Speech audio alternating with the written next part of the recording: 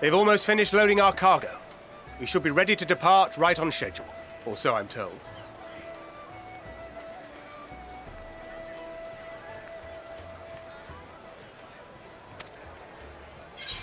X. It's funny.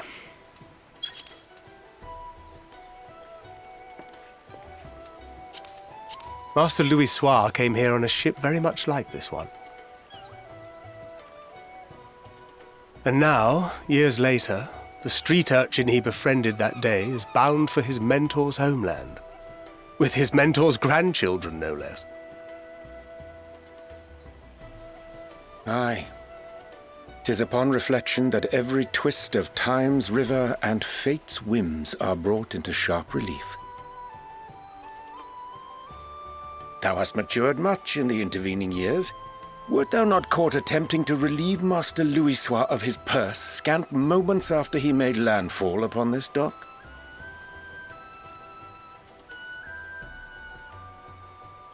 Oh, really? Now that's a tale I'd like to hear.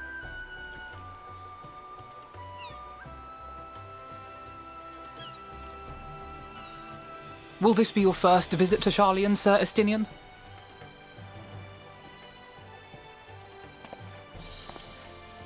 Sir Estinian? Are we strangers newly met? Why this stiff formality? I, merely meant it as a professional courtesy, since we are now colleagues in an official sense. I'd rather you dispense with the sirs, especially in private company.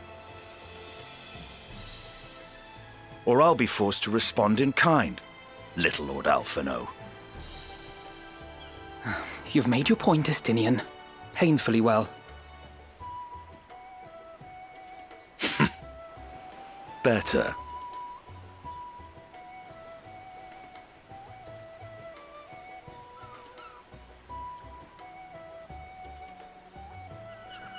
Are you all right, Tataru? You seem positively distraught. Distraught? Me? Don't be silly. I think it's lovely that they get to see their homeland. It's just, we're trying to thwart the schemes of an army hell-bent on destroying the world. And once again, I have to stay behind and worry that this is the last time I'll get to see my friends.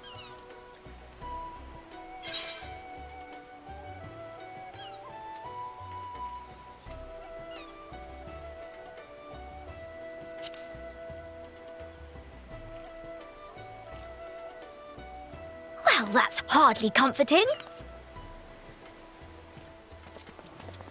Ah, good. You're still here. Hori! Coulternay! What brings you all this way?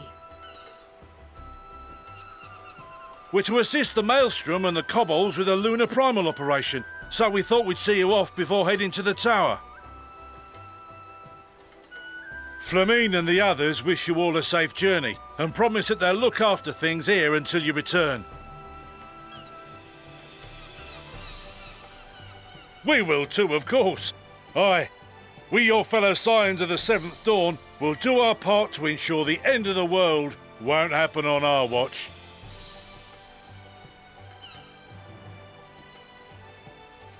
We're set to sail! All aboard for Charlian!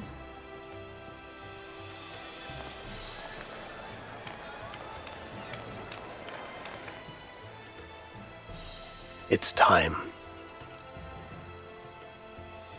Then we must delay no longer. We will contact you the moment we learn aught of value. Wish us luck.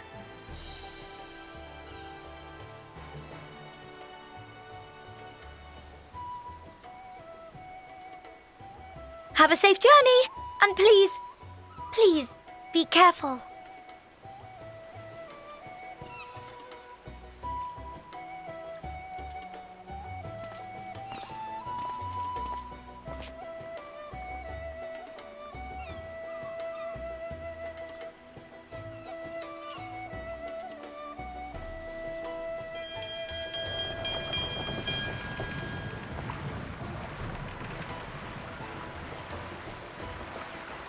And so you venture forth unto the unknown.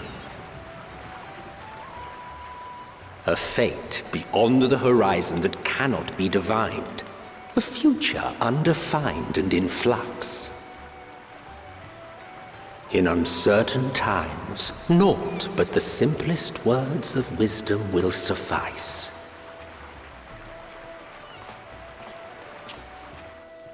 That which lives is destined to die. Love leads to loss.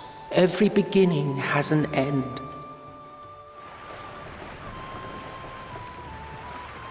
Treasure every moment, every step of your descent.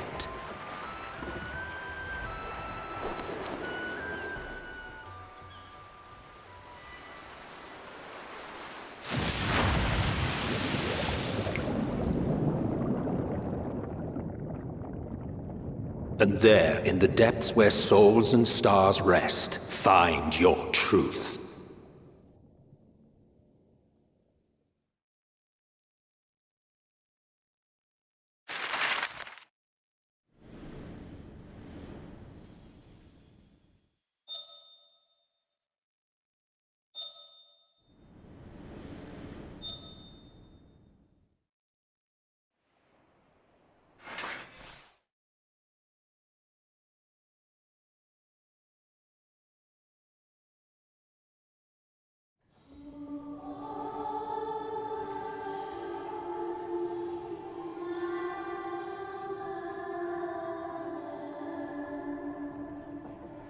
Here.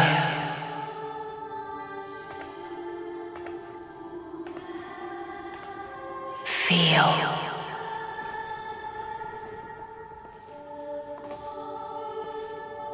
Think.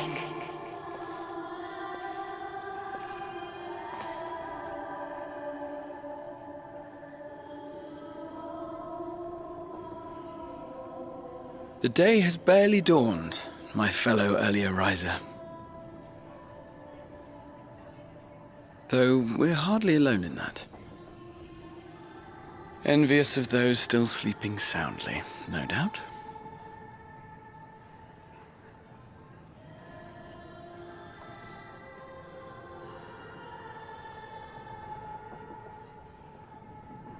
Called out to you, you say? I've heard nothing myself.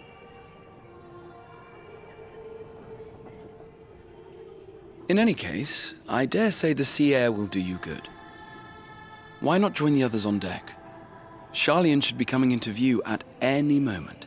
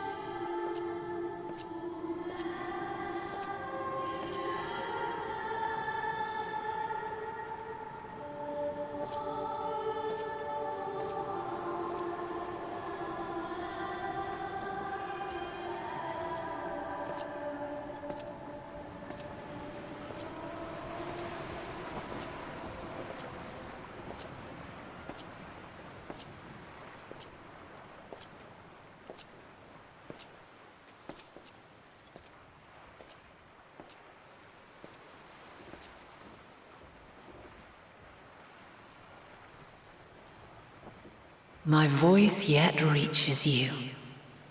I am glad. Hear, feel, think. And thus do we meet face to face at last, my warrior of light, guided by the crystal.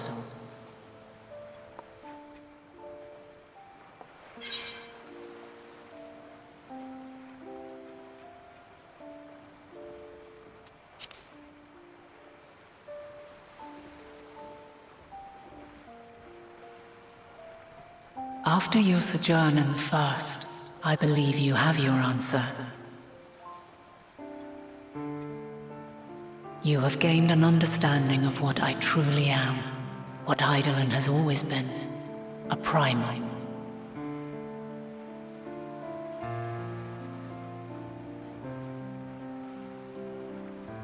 Zodiac was created to forestall the apocalypse which threatened the ancient world, and I was brought forth to bind him.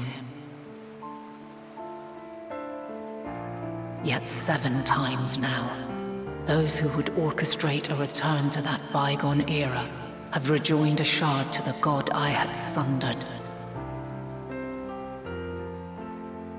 The greater his strength grows, the swifter does mine own diminish.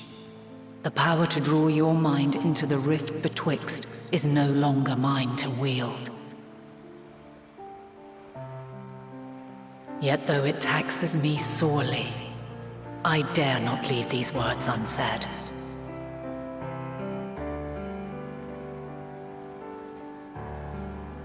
Even bereft of my guidance, you and your companions have accepted the burden of this star's troubled past.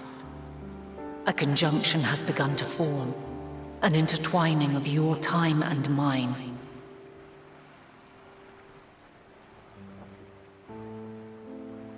Wheels shudder and turn. Conflict looms, monumental, which will decide the fate of this world and all life upon it.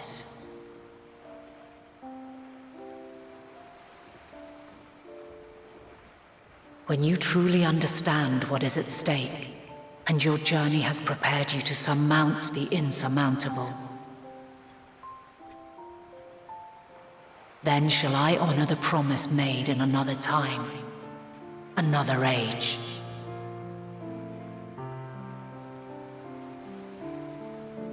Cast your peepers to the fore, folks.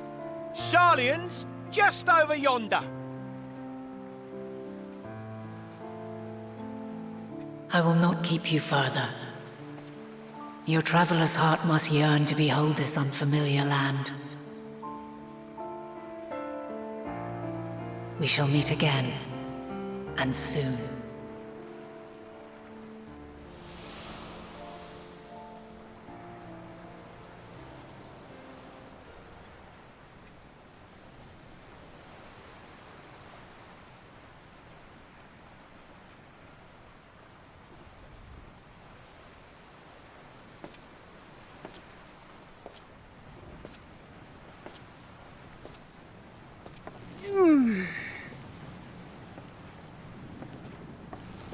Oh, what a fine morning.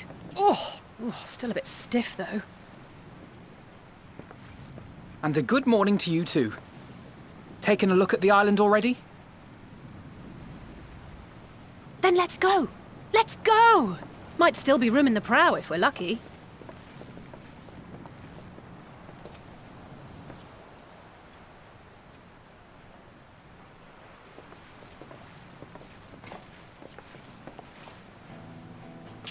Ah, the sleepers have arisen. There she is. Good old Sharlayan. Oh, I see it.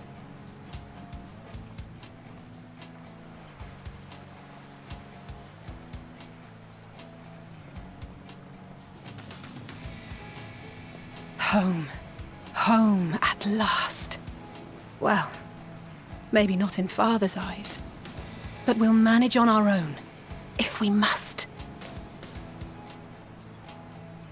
You do know you're not alone in this, don't you? Indeed, 'tis as Sir Estinian saith. Forget not the comrades who boarded this ship at your side, I prithee.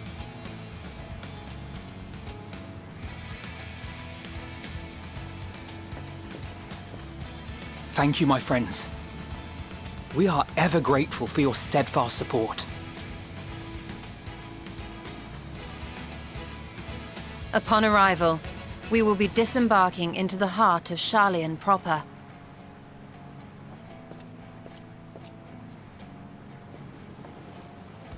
There is no greater concentration of wisdom in all the world. I am confident that somewhere within that center of knowledge and learning, we will find the answers we seek.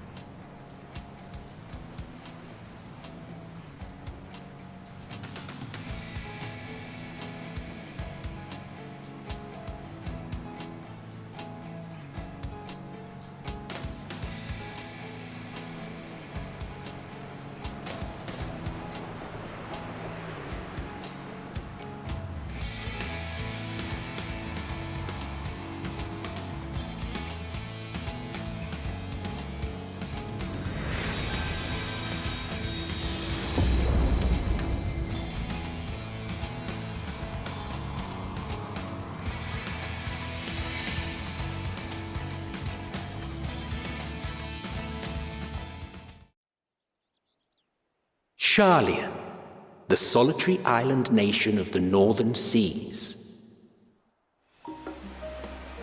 Where under the watchful gaze of Thaliak, patron deity of scholars, academics hoard all manner of knowledge and secrets. Once, they deigned to accept foreign students into a distant colony maintained in the Dravanian hinterlands. How swiftly they abandoned it once the first Garlean boot set hostile foot on Ala Megan's soil. So averse to the prosecution of war, these men of wisdom, your would-be allies.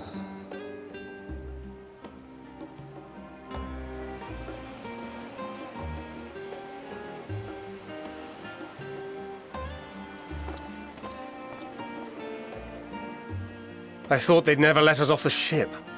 What's next, then? Entry applications? Hopefully they find no cause to deny us.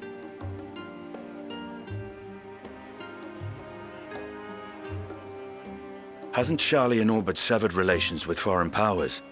Those of us without direct ties, myself included, may be refused outright.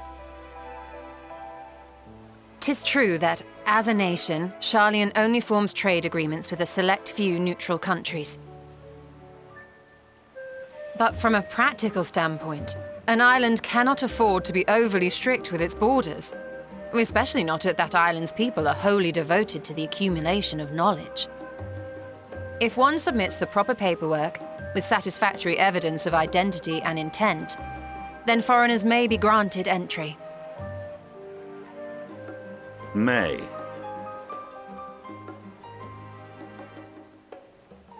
Quite. So let us be absolutely clear on these points before we proceed. The immigration officer will ask for your affiliation and your purpose of visit. Considering Sharlian's views on intervention, I strongly suggest we avoid any mention of the Scions. Kral has laid the groundwork for us to act as associates of the students of Baldessian, and our ostensible reason for being here is to aid in their order's restoration.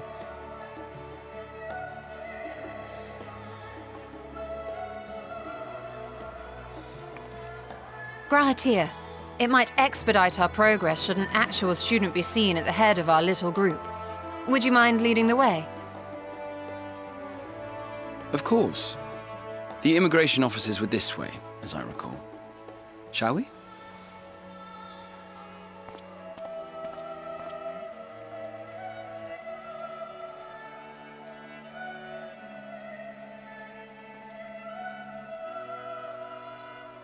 Greetings. We've just arrived and are eager to make our way into the city. Would you be so kind as to process our entry applications? Certainly. I see by your mark you are an Archon. I am. Grahatir of the Students of Baldessian at your service. I was assigned to an Eorzean survey team, but have returned to assist with the reformation of my order. My associates here will provide additional support.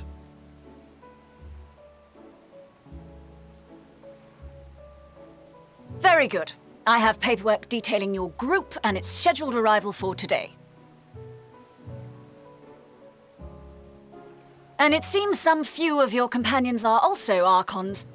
If you'll step forward, we can process those applications first.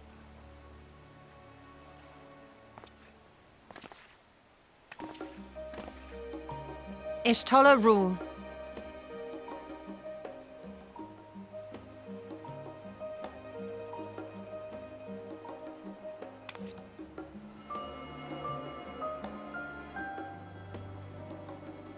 See how it glows? That list is etherically linked with the citizen registry kept in the main repository.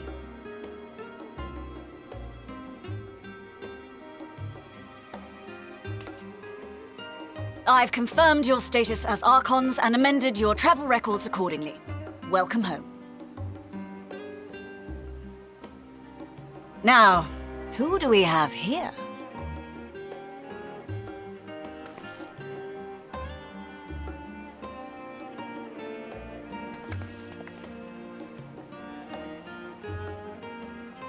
Alphino Leveilleur. And Alizé Leveilleur.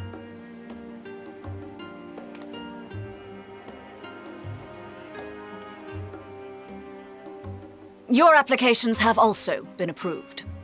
Having said that, the streets are abuzz with talk of how House Leveilleur's lord disowned his young progeny.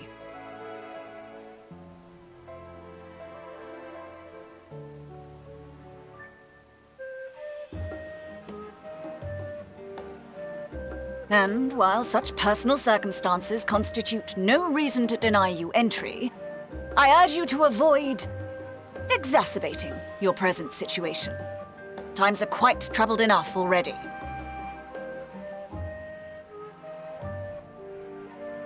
We shall keep that in mind.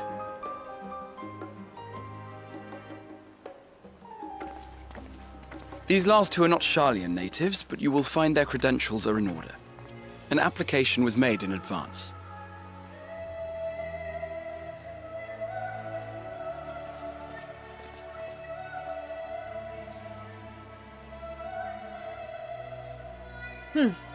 Name and occupation?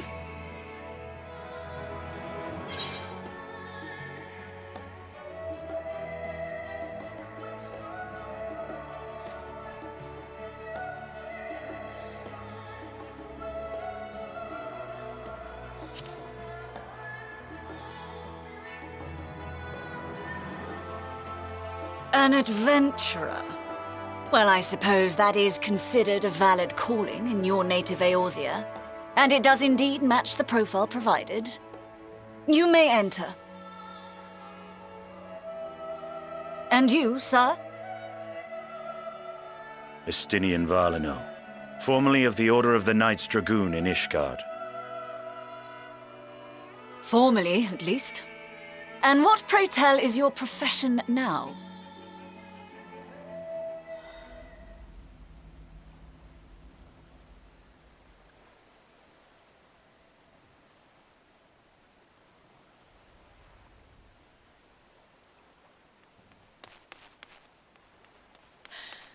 If you'll allow me...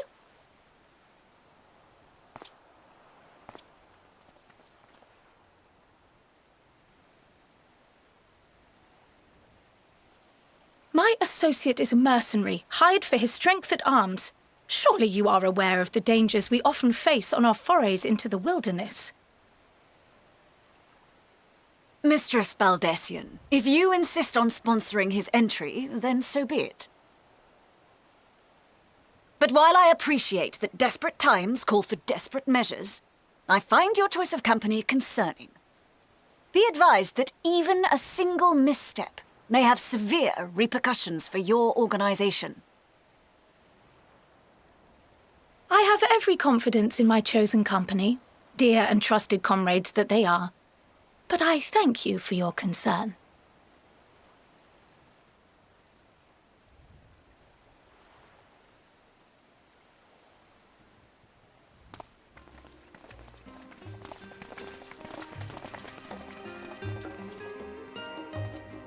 Croyle!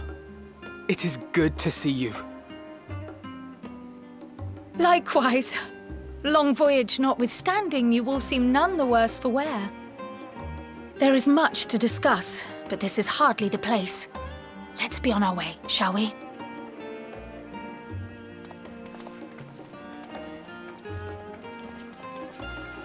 Oh!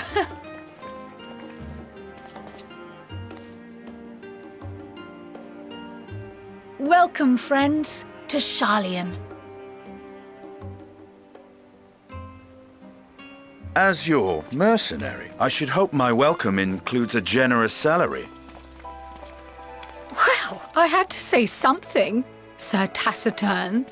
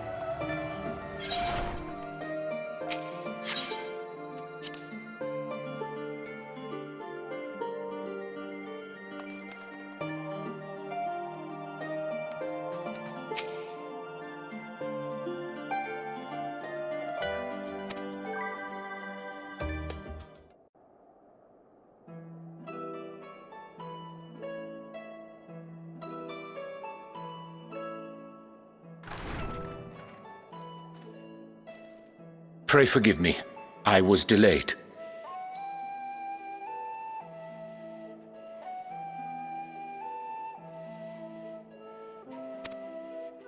It's fine, Urianger. We're all here now. Let's get down to business then, shall we?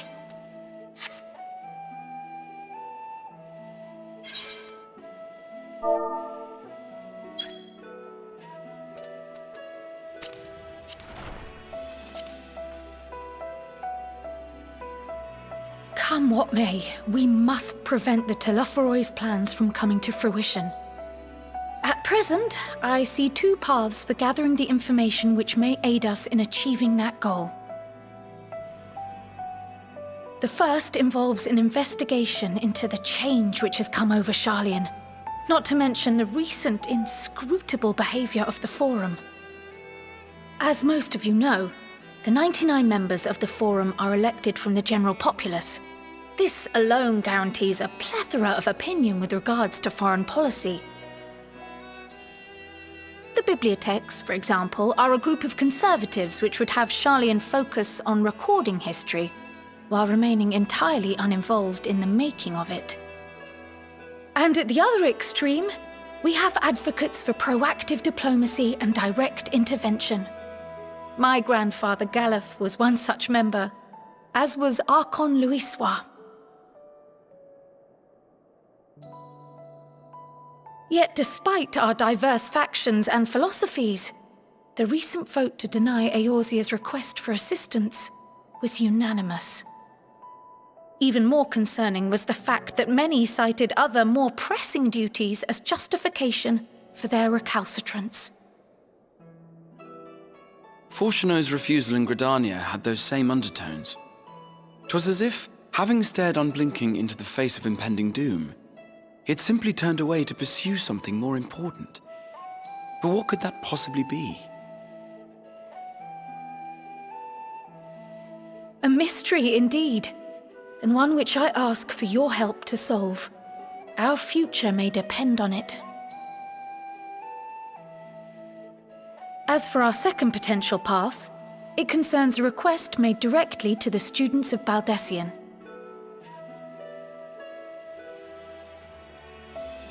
Our organization was founded primarily to study strange and unexplained phenomena the world over.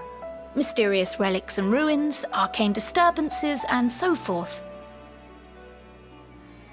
Compared to our more isolationist Sharlayan colleagues, we have strong connections overseas, namely with scholars and academics who share our passion for the unknown.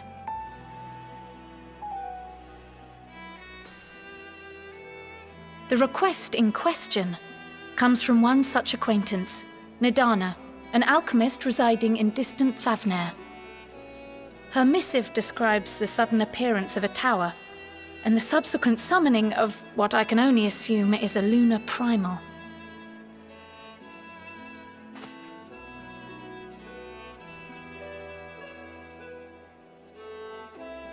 In response to this threat, the satrap of Radzat-Han, the individual who governs the city-state, has instructed the alchemists to find a means to deal with the spire. The artisans of that land are heirs to an ancient tradition, one rather unlike that of their Uldan counterparts. 'Tis possible, nay, probable, that they have gleaned truths unattainable by Eorzea or her Far Eastern allies. They do, in fact, appear to have a strategy in mind, though it will require further research. To that end, they have requested an introduction to a capable warrior shielded by the blessing of light. Assuming we divide our forces to pursue both of Kral's lines of inquiry, then having you join the group heading to Thavnair would seem the obvious choice. But the investigation in Sharlayan is of vital importance as well. Equal, I think, to the Thavnairian one, given that the fate of the world may hinge on the results of both. Yes, it is quite the quandary. Though it is a great imposition and an altogether too common one, Our efforts would be more likely to succeed were you to lead the charge on both fronts.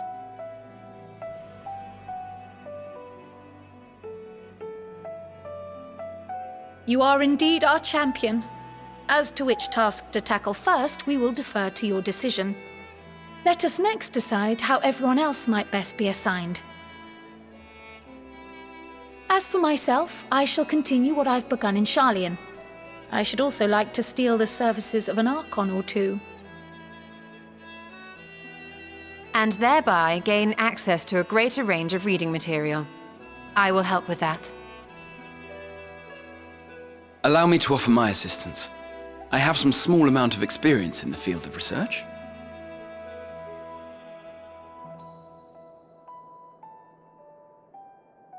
Alize and I would also like to help, if you would have us.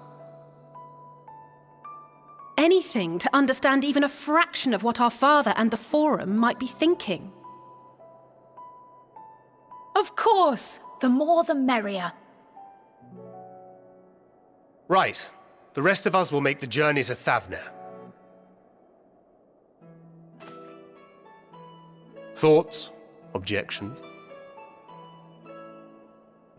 I passed through Thavner on my way to infiltrate the Empire, and though I'm not qualified to give a guided tour, I did gain a sense of where things lie. I'll be happy to have you along then. So for this group, it will be you, me, and Urianger. Give me a moment afterwards, and I'll supply you with all the details of Nadana's request.